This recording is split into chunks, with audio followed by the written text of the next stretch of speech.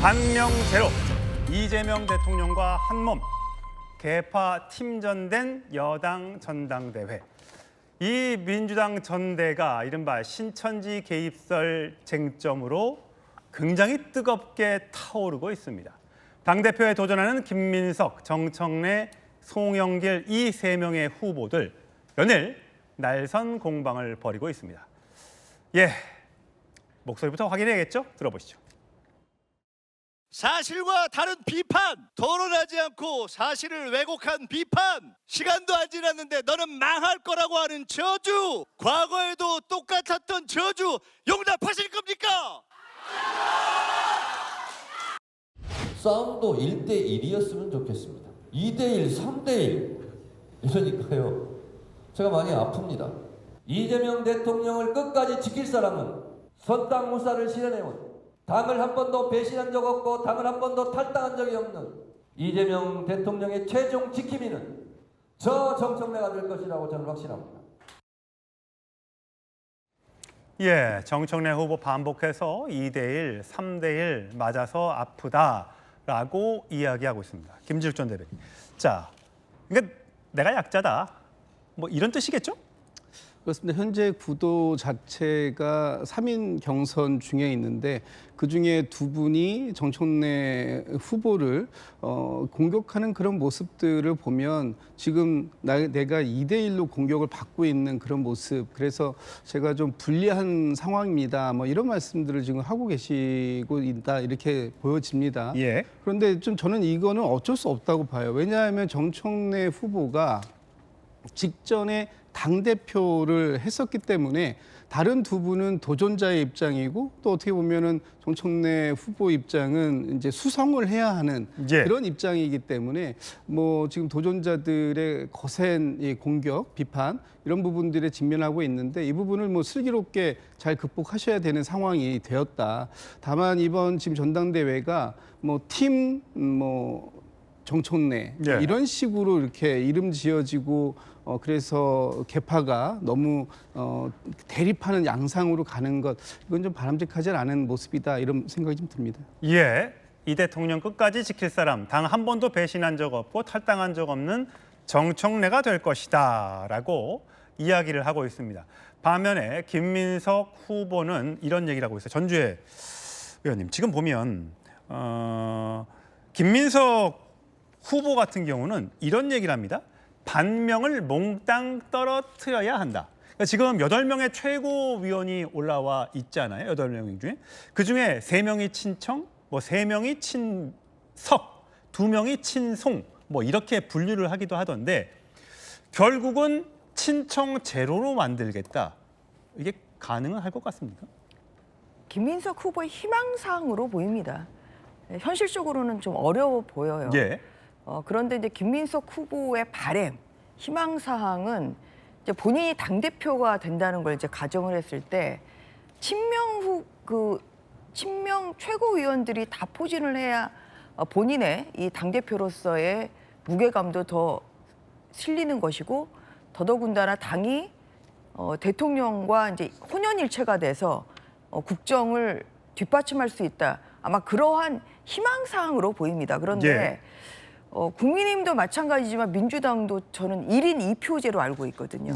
그러니까 이제 당대표는 한 명을 뽑고 최고위원은 이제 2명의 후보를 뽑아요. 그러면 그 오히려 지금 현재로서는 친명계가 한 총 5명, 그리고 또 친청계 후보는 셋, 5대 3의 구조라고 하면 이런 친청계의 정청래 후보를 찍는 당대표를 찍는 그런 당원들은 당연히 그 친청으로 분류되는 최민희 의원이랄지 이런 사람을 당연히 뽑지 않겠습니까? 그러면 확률적으로는 정청래 후보가 상당한 어느 정도의 표심, 1등 아니면 2등 이 정도 되는 지금 표심을 얻을 거라고 예상이 되기 때문에 저는 확률적으로는 친청계가 제로일 상황은 없다. 별로 없을 것이다. 가능성은 저는 제로라고 보고요. 민주당 오히려 당원, 이런 상황이면은 저는 제가 예측하건대는 친청계가 한 2명은 되지 않을까. 그러니까 친명계 당대표가 된다는 가정하에 친청계 최고위원이 2명 이상 포진할 것 같다. 2명은 되지 않을까 하는 이러한 저 예측을 좀 해보는 바입니다. 예, 김민석 후보가 과거에 이제 계엄도 예측했고 해서 여러 가지 예측의 달인이다. 뭐 이런 수식어가 붙어 있는데 김민석 후보도 어제 지방 순회 연설에서 이런 말을 했습니다. 들어보시죠. 비난과 저주에 대해서 한마디도 못하고 왜 갑자기 여러 노코멘트 하는 게 다 지도부에 자격이 있습니까? 민주당이 어떨 때 반명 지도부를 뽑습니까? 안 되죠? 반명 지도부가 한 명이라도 당선될 것 같습니까? 저는 계엄도 맞추고 투표율도 맞추고 이것저것 맞추고 제가 가나갑니다. 우리는 100% 참여해서 압도적인 지지로 김민석과 함께 대통령을 추원할 그리고 반대에 대해서 단호하게 비판할 수 있는 오로지 친명 5명 지도부를 100% 뽑아주실 것이다. 환영합니다. 박성민 최고. 김민석 후보가 과거 이제 총리 시절에는 되게 조용조용하게 얘기했는데 어제는 보니까 목소리 톤이 굉장히 높아요. 그러면서 하는 소리가 대놓고 반명하는 아마 유시민 작가를 생각한 것 같은데 거기에 대해서 노코멘트 한마디도 못하는 후보를 어떻게 당대표로 뽑겠느냐. 정청래 후보에게 유시민 작가의 여러 발언들에 대해서 물어보면 노코멘트 하겠다. 여기에 대한 비판인 것 같죠? 그러니까 말씀하신 대로 맞는 것 같아요. 그러니까 유시민 작가가 최근에 그 이재명 정부를 향해서 필연적 실패의 길로 가고 있다. 이런 엄청난 얘기를 했어요. 집권 2년차 정부에게 이미 실패로 결론이 지어진 그 길로 가고 있다라고 하는 것은 사실상 실패를 해라. 라는 저주에 가까운 말이었던 것이거든요. 그리고 그 내용들을 봤을 때에도 사실 어떤 객관적 근거나 충언이나 충정 어린 마음으로 드리는 조언이었다라기보다는 제가 봤을 때는 굉장히 감정적인 언어가 대부분이었다. 근데 그 부분에 대해서 이 당대표 후보들 사이에서도 좀 의견이 갈렸었던 거죠. 그러니까 뭐 김민석 후보 같은 경우에는 거기에 대해서 강하게 비판을 하고 했지만 사실 정청래 후보는 이제 노코멘트를 했단 말이에요. 그 모습을 보면서 결국 어떻게 그런 유시민 작가의 그 수위 높은 발언에 대해서도 제대로 대응을 못할 거면 어떻게 대통령을 지킬 수 있겠느냐라는 부분을 직격을 하신 것으로 보여요. 그렇기 때문에 결국 뭐 이번 지도부의 성격이 어떻게 돼야 된다. 그러니까 대통령을 함께 지키는 지도부가 돼야 된다라는 얘기도 결국 유시민 작가가 했던 그 저주 어린 망언에 가까운 그 폭언에 가까운 내용들에 대해서 정청래 후보 측에서는 전혀 제대로 대응을 하지 못한다. 그 부분은 결국 유시민 작가의 발언에 동의한다는 거 아니냐. 이 부분을 직격한 걸로 보입니다. 예. 사실 지금 민주당 전당대회는요. 신천지가 조직적으로 민주당 당원으로 가입했네 마네 이걸로 시끄럽습니다. 자, 이 문제를 제기한 것은 국민의힘이 아니죠. 김민석 후보였습니다. 관련된 발언 들어보시죠. 제게 전당대회에 유리하냐 불리하냐를 떠나서 어쩔 수 없이 저는 당의 미래를 생각하고 대한민국의 미래를 생각하고 신천지 문제를 짚었습니다. 쉽지 않은 일이었고 하고 싶지 않고 너무나 큰 상대를 대상으로 한 것입니다. 역사와 정의와 대한민국을 위해 필요하다면 반드시 짚을 것은 짚어야 한다는 신념 때문에 문제를 제기했다 말씀드립니다. 이 문제는 이제 공적 영역으로 올라섰다고 생각합니다. 예, 이 부분, 자 정혁진 변호사님, 사실 국민의힘도 신천지의 당원 가입 논란이 있지 않았습니까? 여러 가지 사법적 수사도 이루어지고 있는 것으로 알고 있고요. 민주당이 이렇게까지 얘기를 하면 나중에 이게 문제가 될 가능성이 분명히 있을 텐데 왜 이렇게까지 한다고 보세요? 글쎄요, 전 좀 납득이 되지가 않습니다. 지금 우리나라에 특검도 많이 돌아다니고 있지만 진행되고 있지만 또 많이 가동되고 있는 게 뭐가 있냐면요. 합동수사본부거든요. 예. 그런데 어떤 합수본이 있냐면 정교유착 검경 합수본이 있습니다. 그래서 여기 본부장은 지금 보검장이 본부장을 맡고 있는 정교유착 검경 합수본이 있는데 성과가 있었어요. 어떤 성과가 있었냐면 신천지의 넘버 2가 구속됐고요. 심지어 이만희 씨가 95세가 넘었을 건데도 이만희 씨도 교주도 지금 구속되어 있었는데 그 과정에서 밝혀진 게 뭐냐면 이른바 필라테스 프로젝트라고 하는 게 밝혀져가지고 국민의힘에 5만 명 이상 6만 명이 넘는 신천지 당원들이 가입해가지고 조직적으로 국민의힘을 좌지우지한다 이런 이야기가 검경 합수본에서 나왔었단 말이에요. 그래가지고 많은 국민들이 진짜로 그 경악을 금치 못했었는데 그런데 의심이 들었단 말이죠. 왜 의심이 들었냐면은 이 이만희 씨가 왜 이렇게 정치에 관심을 많이 갖게 됐느냐.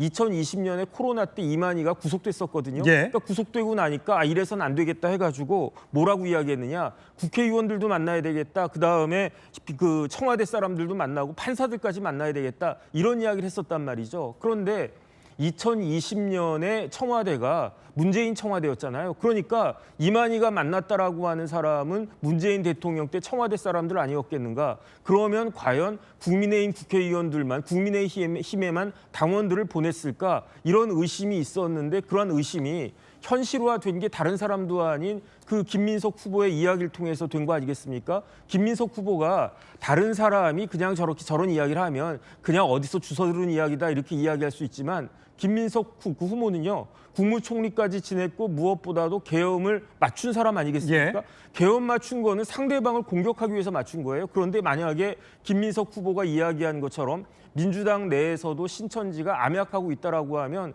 그건 내부에다가 총질하는 거 아니겠습니까? 누워서 침 뱉게 하는 거 아니겠습니까? 제가 봤을 때 이런 이야기가 있다라고 하면 내부적으로 잘 이렇게 보듬어 가지고 이런 이야기 오히려 내부적으로 뭐 신천지 뭐 교도들을 제명한다든지 해서 처리를 할 문제이지 이걸 동네방네 이렇게 떠들고 다닐 이야기인가 저는 그런 생각 들고요. 민주당 내부에서도 이런 문제에 대해서 좀 심각하게 바라보지 않을까 그런 생각이 들고 무엇보다도 지금 합수본에서는 국민의힘에 대해서만 지금 수사하고 있단 말이죠. 그러면 이런 이야기까지 나왔으니까 민주당 내에서도 도대체 어떤 파란색 필라테스가 있었는지 없었는지에 대해서 합수본도 빨리 그 수사 결과를 내놓아야 되지 않나 그런 생각 듭니다. 예, 민주당의 8.17 전당대회가 얼마 남지 않다 보니까 후보들 간에 신경전도 거세고 그러다 보니까 말실수도 가끔씩 나오고 있습니다. 이 발언이 논란이 됐었죠. 들어보시죠. 엄중 신중 모드로는 안 됩니다. 날마다 개혁하고 또 개혁해야 됩니다. 검찰 개혁을 늦어도 너무 늦었습니다. 가능한 한 빠른 시일 내에 검찰 개혁을 완수할 수 있도록 하고 1인 표제 반드시 사수해서 이 당의 주인이 당원임을 반드시 입증하겠습니다. 이재명 정부의 마지막 선거의 마침표 2030년 정권 교체를 반드시 이뤄내도록 하겠습니다. 함께해 주십시오. 예, 정권 교체를 이뤄내겠다. 해명도 같이 볼까요? 예, 그래픽을 띄워주세요.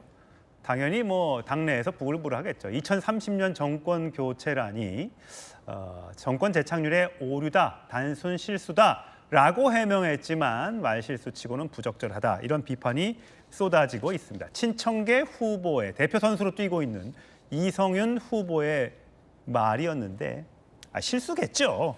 근데 실수겠는데 내심은 저런 거 아니야?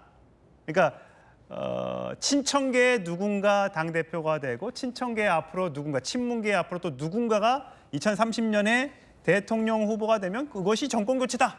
이렇게 속으로 이렇게라도 생각하고 있어서 저 말이 튀어나온 거 아니야? 라고 이제 친명계들은 의심하고 있는가 봐요. 그게 이제 본심이 아니길 바라야죠. 그리고 저는 뭐 저 자리가 이제 후보가 이제 컷오프에서 되면서 수락하는 그런 이제 자리였기 때문에 좀 긴장도 좀 되셨을 거고 또 앞으로의 포부를 얘기하는 그런 자리였기 때문에 뭔가 좀 잘 말씀을 하시고 싶어가지고 하는 중에 뭐 단어가 좀 실수로 실언이 나온 것이 아닌가 이런 생각이 드는데. 이제 저희가 그런 말이 있잖아요. 누가 이쁘게 보이면 그 사람이 아무리 큰 실수를 해도 이뻐 보이고 맞아요. 또 그 사람이 미우게 생각되면은 그 사람이 조금만 실수해도 그 실수가 엄청 크게 도드라지게 보이는 지금 그런 상황이 지금의 전당대회 국면이기 때문에 그런 게 아닌가라는 생각이 듭니다. 지금 민주당에 소속되어 있는 모든 사람들, 뭐 당원들이거나 지도부 또는 평당원들, 지지자 모든 분들이 정권을 재창출해서 어떤 민주정부 5기를 만들어야 되겠다. 그리고 이재명 정부의 성공을 다음 정부까지도 계속 가져가야 되겠다라는 생각을 안 하는 분이 어디 있을까요? 다시 뭐 12.3 비상계엄 내란 사태로 되돌리자라고 생각하는 사람들은 아무도 없을 거란 말이죠. 예. 그럼에도 불구하고 이 발언 하나가 이렇게 주목을 받는 이유는 지금 당내의 어떤 계파 갈등 이런 것들이 너무 크게 도드라져 있고 그것이 수면 위에 크게 이렇게 비추는 그런 모습 때문에 그런데 좀 말조심들은 해야 할 필요가 있겠습니다만 진심이 아니길 저는 뭐 바라고 있고 뭐 본인도 또 해명을 하셨으니까요. 그 정도로 이해하시면 어떨까 싶습니다. 예, 단순 말실수라고 하기엔 전당대회 분위기가 너무 격화되다 보니까 고지고대로 받아들이지 않는 모양입니다. 송영길 후보도 있습니다. 친명계 대표 후보인데 송영길 후보는 이재명 대통령과의 인연을 이렇게 소개를 했습니다. 들어보시죠. 제가 서울시장 출마를 고민하면서 동시에 계양구로 이재명 대표를 모셔야 되겠다. 이재명 만약 후보가 그쪽으로 출마했으면 지기가 쉬웠어요. 그래서 만약 지면 완전히 이제 검찰에 그냥 먹이가 될 수가 있어서 안 되겠다 싶어서 계양구로 결과적으로 그게 신의 한 수가 됐습니다. 계양구로 모신 게, 그러니까 송영길 후보가 내 지역구를 이재명 대통령에게 내준 게 결국 신의 한 수가 됐다. 그런가요? 어쨌든 이재명 대통령은 그 국회의원을 바탕으로 당대표도 했고 또 대통령도 됐고 송영길 의원은 떨어졌지만 뭐 서울시장 후보도 하고 뭐 그랬지 않습니까? 어떻게 보세요? 저는 반은 맞고 반은 틀린 얘기인 것 같아요. 이재명 대통령의 현재를 만들어준 출발점이 계양을 예. 출마였다. 그것은 동의합니다. 왜냐하면 그때 이재명 대통령이 이제 대통령 선거에 2022년에 떨어지고 또 사법 리스크가 굉장히 크지 않았습니까? 이제 그런 상황에서 이 국회의원으로 될 수 있는 레드카펫을 깔아준 것이 송영길 대표였죠. 왜냐하면 본인의 연고지도 아니고 네. 심지어 인천 계양을의 국회의원인데 연고 없는 서울 가서 서울시장 후보를 하겠다고 나서지 않았습니까? 예. 이제 그래서 계양을의 보궐선거를 통해서 이재명 이제 의원이 만들어지는 계기가 됐고 이제 그것을 통해서 당대표 되고 또 대통령까지 된 예. 이런 그 레드카펫의 첫 시작점을 송영길 대표가 깔아준 거는 맞죠. 예. 그런 면에서 이제 본인이 현재의 이재명 대통령을 이제 만든 공신이다 이런 것을 당대표 선거를 앞두고 대통령과의 긴밀한 유대감이나 또 대통령의 신뢰감을 보여주기 위해서 예. 열성 당원들에게 이제 그렇게 얘기를 한 것 같아요. 그런데 저는 저 한편으로는 사실 이것은 좋은 사례는 아니라고 생각합니다. 그러니까 뭐냐면 정치라는 건 명분이거든요. 그러면 송영길 당시 이 인천 계양을 국회의원은 당연히 본인의 연고지이기도 하고 본인이 이 국회의원을 맡고 있는 그 지역구가 있는 인천시장을 갔어야 되죠. 예.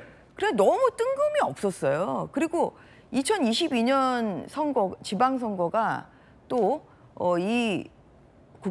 대선을 마치고 바로 이어진 그 선거다 보니까 지형적으로도 민주당이 불리하긴 했습니다만 사실 오세훈 후보로는 굉장히 손쉬운 국민의힘 서울시장 후보였던 오세훈 후보로는 손쉬운 상대를 만난 거죠. 이제 그런 면에서 저는 그 송영길 의원으로서는 굉장히 본인이 좀 명분 없는 이러한 또 정치의 한 예. 면을 좀 작용했다는 점에서 저는 반은 맞고 반은 틀렸다 이렇게 생각합니다. 송영길 후보가 이재명 대통령을 만드는 데는 1등 공신이었을지는 몰라도 또 상대방에 있는 오세훈 서울시장의 복귀를 또 만들어준 그 또 판을 깔아준 게 또 송영길 후보다 보니까 공도 있고 과도 있다 이렇게 평가할 수 있지 않겠느냐라는 전주의원의 분석이 있었습니다.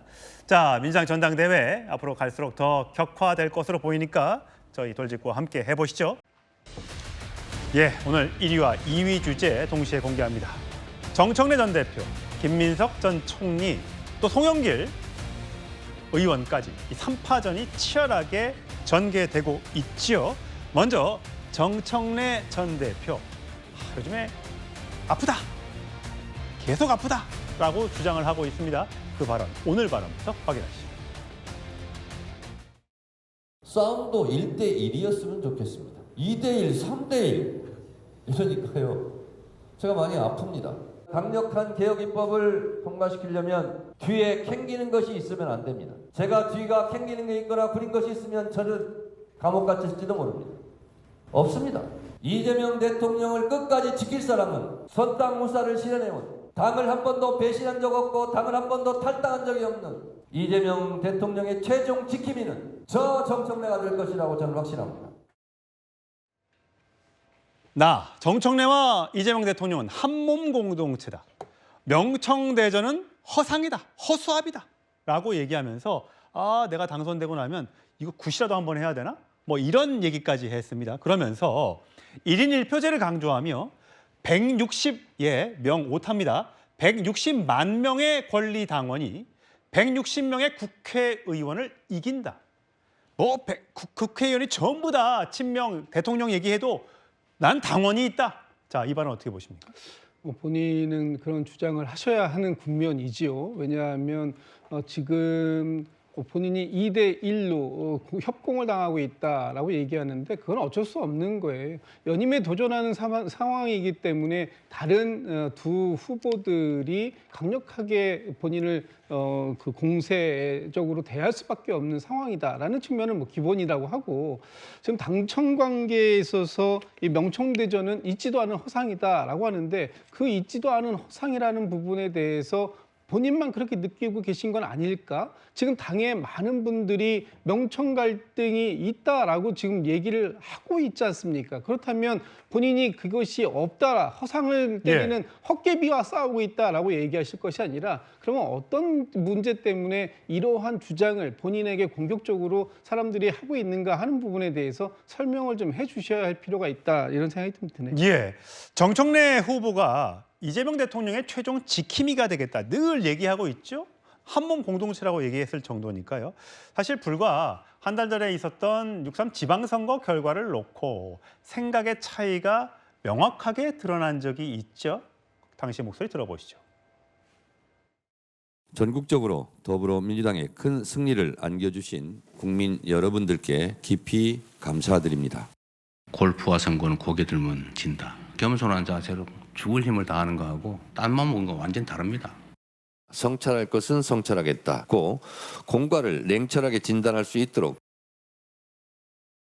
자, 대통령의 지킴이가 되겠다. 대통령을 끝까지 지킬 사람은 나밖에 없다라고 얘기했지만 저 선거 결과를 놓고 해석하는 것만 해도 대통령과 당시의 정청래 대표의 생각은 정반대였단 말이죠. 그런데도 어떻게 대통령을 계속 지키겠다라고 얘기할 수 있을까요? 그렇죠. 그때 이야기도 그랬고 뭐 최근으로 오면은 저는 대통령이 필패할 거라고 지금 사실상 연일 저주를 퍼붓고 있는 유시민 작가의 발언에 대해서 노코멘트하고 계시지 않습니까? 지금은 왜 안 지킵니까? 대통령을 지키겠다는 사람이라면 지금 적어도 대통령의 생각이 틀렸다고 계속 주장하면서 그건 필연적 필패의 길로 간다는 그 발언에 대해서 적어도 대통령의 뜻을 지켜줘야 된다. 대통령이 맞다라고 옹호를 해줘야 되는 것 아닙니까? 유시민 작가의 발언에 대해서 뭔가 갖다부터 얘기를 해야 된다는 얘기죠. 노코멘트하고 있고 사실상 그리고 뭐 중도층, 뭐 스윙보터는 있지만 중도층은 없다라는 발언을 함으로써 유시민 작가의 발언에 동조하는 듯한 메시지도 내셨거든요.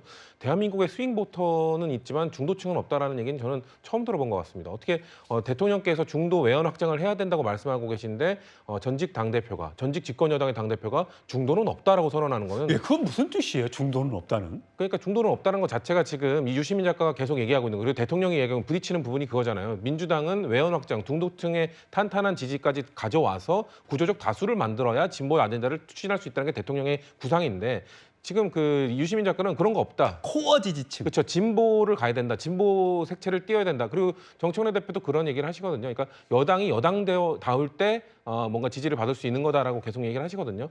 근데 여당이 뭔가 계속 여당의 색깔만을 고집할 때 중도층이 외면합니다. 그런 것들은 대한민국 때 선거사에서 계속 나왔던 결과이기 때문에 그런 측면에서 봤을 때 정청래 대표가 그럼 언제 지키겠다는 건가? 지금 대통령의 생각이 틀렸다고 말하는데 그거에 대해서는 동조하지 않고 그거에 대해서는 보호해주지 않고 대통령을 지키지 않는 사람이 언제 그러면은 나중에 언제 지키겠다는 건지에 대한 의구심을 갖고 계신 분들이 있기 때문에 전 적어도 정청래 후보가 유시민 작가의 발언에 대한 얘기를 계속해서 노코멘트 한다면 대통령을 지키겠다는 말에 대한 신빙성은 그렇게 높지 않을 거라고 봅니다.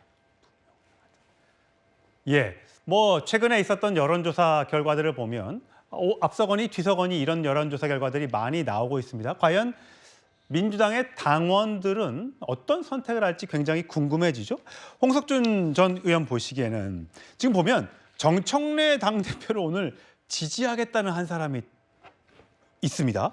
자, 누군가 하면 김부선 씨입니다. 남방열사라고 불렸던 연예인, 배우 김부선 씨인데 왜 김부선 씨가 갑자기 정청래 대표를 지지한다고 했을까요? 전 대표를?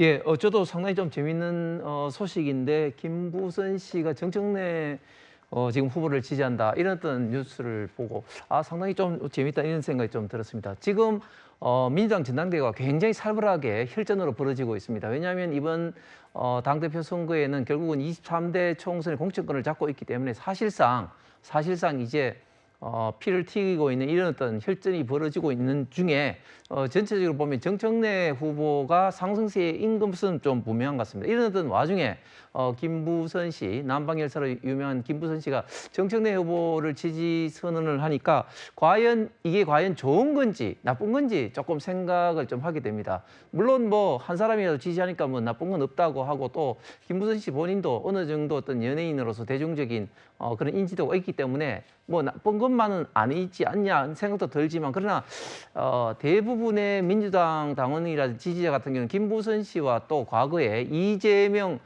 대표 혹은 의원과 있던 그런 어떤 관계에서 과연 김부선 씨를 좋게 보겠느냐. 제가 생각할 때는 좋게 보지 않는 사람들이 훨씬 더 많을 가능성이 있어서 이런 것들이 정청래 후보에게는 오히려 큰 악재로 작용할 가능성도 있어 보입니다. 예, 송영훈 전 대변인. 그러니까 지난번에도 당대표 출마할 때 대표직 이용해 대선 출마 안 한다. 오늘도 보니까 SNS 또는 언론과의 인터뷰에서 대선 출마 안 한다. 대선 출마 안 한다. 라고 얘기하는데 안 할 거면 안 하면 되는 건데 굳이 저 얘기를 왜 할까라는 이야기가 계속해서 나오는 모양입니다.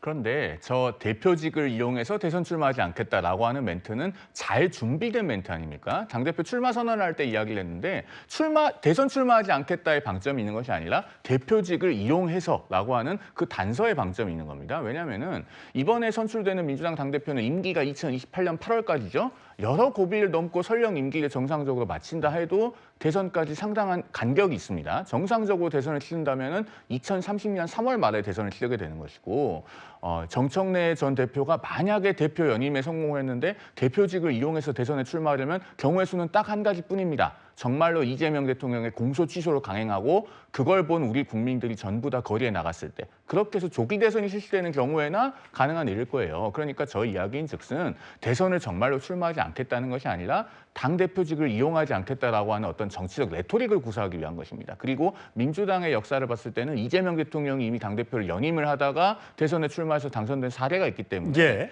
내가 대표직을 이용해서 출마하는 것이라면 이재명 대통령은 뭐가 되느냐라고 하는 반문을 할 수 있죠. 그런 점에서 아마 잘 준비된 멘트라고 보는 것이 정확한 관측일 겁니다. 예, 송영길 후보 같은 경우는 임기 4년 남은 정권에서 대선 얘기 생뚱맞다. 누가 자기 보고 출마하라고 했느냐라는 이제 이런 비판까지 나오고 있는 상황인데요. 반대편에 있는 후보죠. 김민석 후보 이야기로 가보겠습니다. 유시민 작가에 대한 발언에 대해서 노코멘트라고 대답하는 사람이 어떻게 친명이 될 수 있냐, 대통령 지킴이를 자처할 수 있느냐라고 비판을 하고 있습니다. 김민석 후보의 목소리 들어보시죠. 사실과 다른 비판, 토론하지 않고 사실을 왜곡한 비판, 시간도 안 지났는데 너는 망할 거라고 하는 저주, 과거에도 똑같았던 저주 용납하실 겁니까? 김민석은 누가 됐든지 간에 대통령과 정부와 우리 당이 가는 길에 대해 근거 없는 비난과 저주에 대해서는 할 말은 하고 짚을 것은 짚고 대통령을 위해 막아야 될 화살은 막겠다 말씀드립니다. 자, 근거 없는 비난과 저주, 내가 막겠다. 자, 근거 없는 비난과 저주를 퍼부은 사람 누굴까요? 영상으로 확인하시죠. 뉴 이재명, 저는 그걸 난동이라고 보는데요. 정치적인 난동. 그다음에 SNS를 이용해서 샤라웃하고 말하자면 사람을 뽑아올리는 이런 방식. 이 방식으로는 그거 못한다는 거예요. 네. 대통령이 개파의 수장처럼 행동하고 있어요. 제가 보기에는. 왜 그런 대통령의 개혁성을 의심합니까? 과거에 보수를 했건 중도를 했건 개혁을 했건 함께 안고 가서 중원을 획득하고 다음 총선에, 다음 대선에 압도적으로 이기겠다는 게 뭐가 잘못됐습니까? 예, 김민석 후보도 강하게 얘기하고 있습니다. 증축과 재건축론, 명픽과 실패의 길. 자, 뉴 이재명 정치적 난동이다. 자, 계속해서 유시민 작가는 쉬지 않고 거의 일주일에 한 번씩은 어느 방송에 나가서 비슷한 이야기를 쏟아내고 있습니다. 아까 성친 부대변인이 얘기했던 것처럼 이렇게 얘기할 정도면 대통령 심기가 분명히 불편할 것이, 거기에 대해서 정청래 전 대표나 또는 친청 후보라고 하는 최고위원들 사이에서 뭔가 말이 나올 법한데 그런 얘기가 없어요. 동의한다, 이렇게 봐야 되는 겁니까? 침묵은 동의, 통조의 의미를 갖고 있는 거 아니겠습니까? 노코멘트라고 할 때 그 부분에 대해서 과연 나는 지금 유시민 작가의 생각과 다르게 생각한다라는 말을 안 하고 있는 것, 이것이 어떻게 그 유시민 작가가 대통령을 공격하고 있는데, 외부에로부터 대통령을 누군가 공격할 때 그것을 막아주고 함께 지키겠다라고 얘기하는 것, 말과 행동이 너무 다른 거 아니냐, 이런 비판을 받을 수밖에 없는 대목이라고 보여집니다. 지금 유시민 작가가 연일 대통령에게 굉장히 험한 얘기들을 하고 있어요. 그리고 대통령과 함께 하겠다라고 하는 사람들에 대해서도 비판적으로 얘기를 합니다. 그런데 지금 유시민 작가가 얘기하는 부분에 대해서 공감하기가 굉장히 어려운 그런 얘기들도 저희 민주당 지지층에서 상당히 많이 나온다는 거예요. 그런데 그 부분에 대해서는 지금 정청래 전 대표가, 정청래 후보가 한마디도 안 하고 있지 않습니까? 당신 얘기만 하겠다고는 그렇게 말씀하시는데, 지금 듣고 싶은 얘기는 과연 지금 이렇게 유시민 작가가 저주를 퍼붓듯이 이재명 정부가 반드시 필연적으로 실패할 수밖에 없는 길을 가고 있다라고 얘기할 때, 그렇지 않다. 그동안 지난 1년도 그래왔고 앞으로 남은 4년도 그런 한 길로 가지 않게 내가 만들겠다라는 말씀을 해주셔야 지금 말과 행동이 정청래 대표가 얘기하는 한몸 공동체로 인정받을 수 있는 거 아니냐. 그러하지 못하기 때문에 2대1의 협공을 받고 있다, 이런 얘기가 나오는 거예요. 그런데 정청래 대표가 여전히 지금 유시민 작가가 벌써 3번, 4번 이러한 얘기를 했을 때에도 침묵하고 있는 것, 이런 부분들에 대해서 이미 민주당의 다수의 지지층들은 정청래 작가가 유시민 작가가 정청래 후보를 지원하기 위해서다라고 지금 인정하고 있고, 그러한 부분에 대해서 정청래 후보도 특별히 반론을 제기하는 상황이 아닌 걸 보면 두 분의 관계에는 뭔가 좀 모종의 어떤 연계가 있는 게 아닌가, 이런 생각을 할 수밖에 없을 것 같습니다. 예, 김민석 후보는 반명의 말 한마디 못하는 게 무슨 대통령을 지키는 거냐. 정청래 대표, 김민석 자기 정치하려고 탈당했던 자다. 송영길 후보, 대통령 흔드는 세력에 당 못 맡긴다. 내가 개항을 대통령한테 양보했던 것이 검찰로부터 이재명 대통령을 지켰던 신의 한 수가 됐다. 등등의 여러 가지 말이 지금 오가고 있습니다. 근데 홍석준 전 의원 보시기에는 지금 신천지에서 집단적으로 민주당에 가입을 시켰다, 이라는 얘기를 김민석 후보가 꺼냈지 않습니까? 이게 이제 어떻게 보면 네거티브인데, 돌아가는 판세가 유시민 작가의 등판 이후 굉장히 논란은 거세졌지만, 이것이 결국은 친문 또는 이 친청 세력을 결집시켜서 오히려 정청래 후보가 올라가고 조급해진 김민석 후보 등이 지금 네거티브를 하고 있는 것 아니냐, 이런 얘기도 나오던데요. 예, 앵커께서 말씀하시고 분석하시는 게 저는 정확한 것 같습니다. 왜냐하면 전당대회 초험하더라도 사실은 김민석 후보가 상당 격차로 정청래 후보를 이겼습니다. 거기다가 또 선호투표였기 때문에 사실상 이번 전당대회는 뭐 게임 끝나는 것 같은 그런 분위기였는데, 지금 와서 보니까 정청래 후보의 지지세가 굉장히 좀 무섭죠.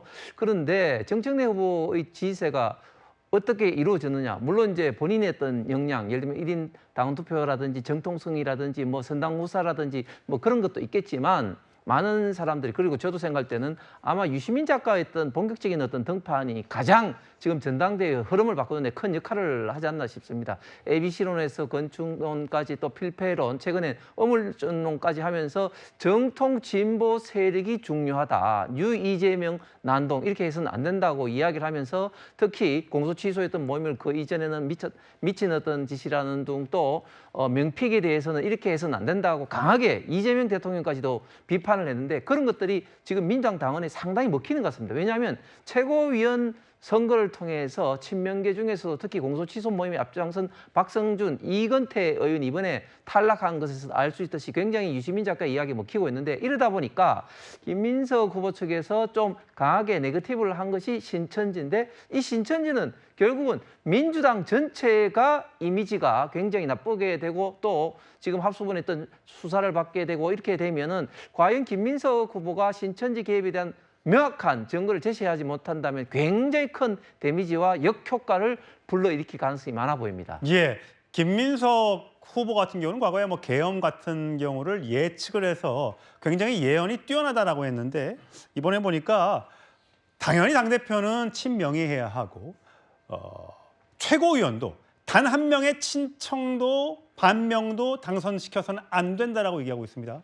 과연 전당대회 결과 어떻게 나오게 될지 김민석 후보의 예언이 적중할지 틀릴지 관심이 갑니다.